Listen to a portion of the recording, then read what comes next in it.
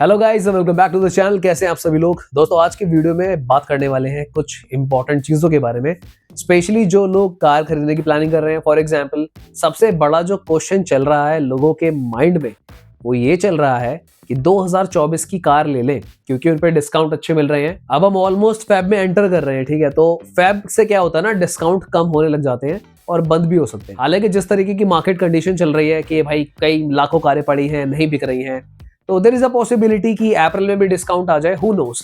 पर अगर आप हिस्टोरिकल डेटा देखते हो तो नॉर्मली यही होता है कि मार्च होते होते जो है डिस्काउंट्स काफी कम होने लगते हैं और इसका असर जो है फरवरी से स्टार्ट हो जाए। आज की वीडियो में बात करने वाले हैं कि जो करंट मॉडल्स अवेलेबल हैं उनको खरीद ले या फिर फेसलिफ्ट का वेट करें या फिर 2024 की ना लेके 2025 की ही ले, कहां जाए, क्योंकि बहुत सारी कंफ्यूजन। अब आप लोगों को ऑलरेडी पता है कि मैं शोरूम्स जाता ही रहता हूं और शोरूम मैनेजर स्टाफ के अलावा ना मेरी जो इंटरेक्शंस है वो कस्टमर्स से भी होती है। ये सवाल अभी भी भाई लोगों के जहन में है कि जो भी कार वो देख रहे हैं कि यार 2024 वाली पे क्या ऑफर है, फिर वो थोड़ा सोचने भी लगते हैं। सो अगर आपके भी ऐसे क्वेश्चंस हैं कि किस तरफ जाना चाहिए तो इस वीडियो में आपको काफी सारी इनपुट मिलने वाली है। सारे कार ब्रांड्स की लेटेस्ट न्यूज और लेटेस्ट कंपैरिजंस वगैरह के लिए हमारे चैनल को सब्सक्राइब करके रखिए। चलिए वीडियो को स्टार्ट करते हैं। नमस्कार, जय हिंद दोस्तों।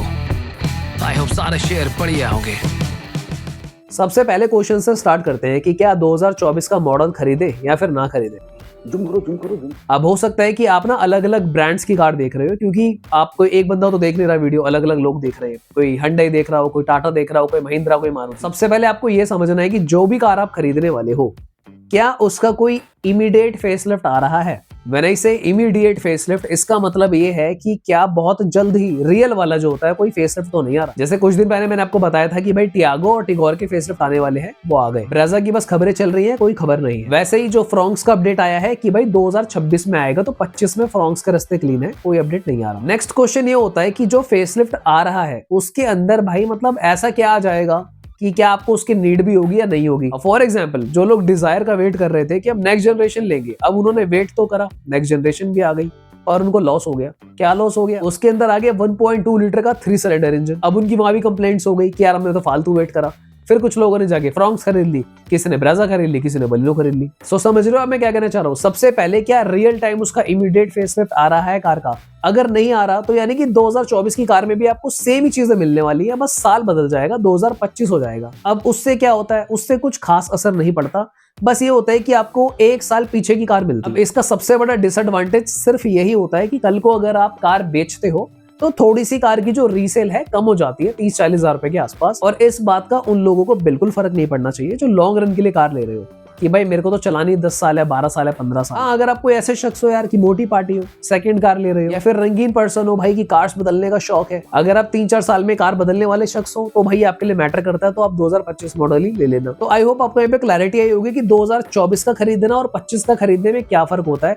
अब दोबारा से एक बार ना फेसलिफ्ट की बात कर लेते हैं। देखो, कई बार ऐसा होता है, हमने ना ऑलरेडी एक कार का मन बनाया होता है, काफी वक्त हम सोचते हैं। मुझे पता है भाई, कार खरीदते टाइम कई बार ना भाई 3 महीने 6 महीने, कुछ को तो साल भी लग जाते हैं, तब जाके वो फैसला लेते हैं। अब इतने जब हम ज्यादा सोचते हैं क्योंकि हमारी मेहनत का पैसा है, तब तक ना नई खबर आने लग जाती है। मेरे चैनल पे भी ना कई लोगों के कमेंट्स आते हैं कि भाई कार मत खरीदने दो, नई अपडेट लाते रहो कि भाई ये भी आ गया, वो भी आ गया, तो हम कब लेंगे। इसका बहुत स्ट्रेट आंसर है दोस्तों। देखो, कहीं ना कहीं आपको रुकना पड़ेगा। अब मैं रिसेंटली सिरोस देखने गया, मैंने उसको अनवील करा, भाई सब कुछ करा। मेरे मन में एक बात आ रही थी कि यार मैं आज सिरोस अनवील कर रहा हूँ, हो सकता है भी कुछ महीने बाद एक और नया आइटम आ जाए, कुछ टाइम बाद ब्रेजा अनवील कर रहे होंगे, फिर ये सब चलता रहेगा, फिर फ्रोंक्स का फेसलिफ्ट आ जाएगा।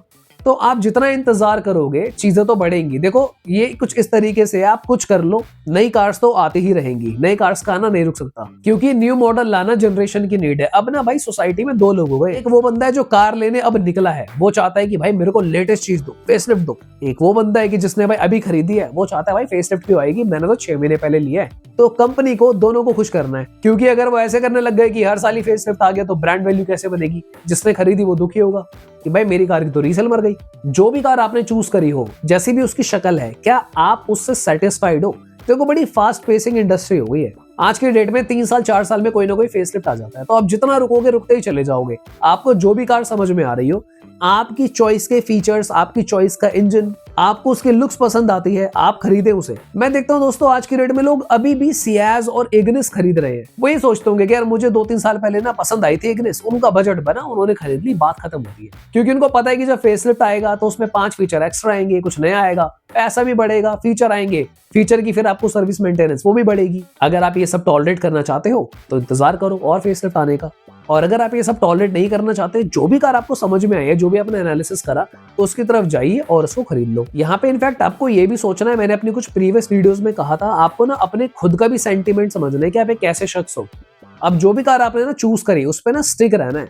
फिर ये नहीं कि अब 1 साल बाद 1.5 साल बाद आपने देखा कि कार तो सेम ही है, साथ वाले ने ले ली, अब उसमें थोड़ी चमचम हो गई, लाइट बदल गई, ये बदल गया, वो बदल गया। तो आपको पहले अपना माइंड क्लियर करके फैसला लेना है। क्योंकि देखो जब चीजें बदलती है ना तो कार नहीं बदलती, लाइट चेंज हो जाएगी, कुछ बदल जाएगा, इंजन तो वही रहने वाला है, माइलेज वही रहने वाली है। मोस्ट ऑफ द केसेस में कई कंपनी तो अपनी बिल्ड क्वालिटी को भी सेम ही रखती है। सो अगर आपका माइंड क्लियर है कि कुछ नहीं है भाई, ये तो सब मोह माया है, लाइट्स ने वही काम करना है, हेलोजन है, फिर प्रोजेक्टर है, फिर एलईडी है। अब देखो लाइट्स है, चाहे आप हेलोजन प्रोजेक्टर ले लो, एलईडी प्रोजेक्टर ले लो, थोड़ा बहुत 19-20 का फर्क होता है पर काम वही करती है। इट इज जस्ट दैट, वही बात होगी कि घड़ी वही है, टाइम तो दिखाएगी। अगर आप उस तरीके के शख्स हो, आप समझ सकते हो कि यार कोई बात नहीं यार, मैं अपनी कार में खुश हूं, मैंने जो फैसला लिया था मैंने बढ़िया लिया। तो जो आपको समझ में आ रही है करंट में, वो कार खरीदो, आगे बढ़ो। क्यों? क्योंकि आपको उसके बदले में डिस्काउंट मिल रहा है। समझ रहे हो आप? जो आप पैसा बचा रहे हो, चाहे लाख बच रहा है, 1.5 लाख बच रहा है, अब जहां पे भाई आपने पैसा ले लिया तो फिर मायूस क्यों होना, आपको बेनिफिट होगा ना। मायूस तब होना बनता कि भाई आपको बेनिफिट नहीं हो। ऑन दी अदर साइड अगर आप ऐसे शख्स हो कि भाई नई गाड़ी देख के भाई खून जलेगा, खुंदक आएगी, मन करेगा फोड़ दूं पुराने इंटीरियर को, तो देखो उस केस में भाई रुको, जब भी आएगी फिर इंतजार करो, वीडियोस देखते रहो, बढ़िया तरीके से हम आपको अपडेट दे रहे हैं। और जब मौका लगेगा, जब आपको लगेगा भाई यही वो कार है, यही वाली मतलब फाइनली वो ड्रीम कार है, उसे लेके अपना नक्की करो। मुझे कुछ क्वेश्चंस ये भी आ रहे हैं कि भाई अब डीजल खरीदे ना खरीदे, क्या करें, डीजल की कारों में क्या टंटा चल रहा है। अब आपको पता है यार कि ना काफी खबरें आती रहती है डीजल की, कब बैन हो जाएगा इमीडिएटली किसी को नहीं पता। होने को भाई 1 महीने बाद हो जाए, होने को भाई 3 साल भी ना हो। पर समझदारी ये कहती है कि अगर आप एक ऐसे शख्स हो कि भाई आपका पैसा बहुत ही ज्यादा मेहनत का है और आप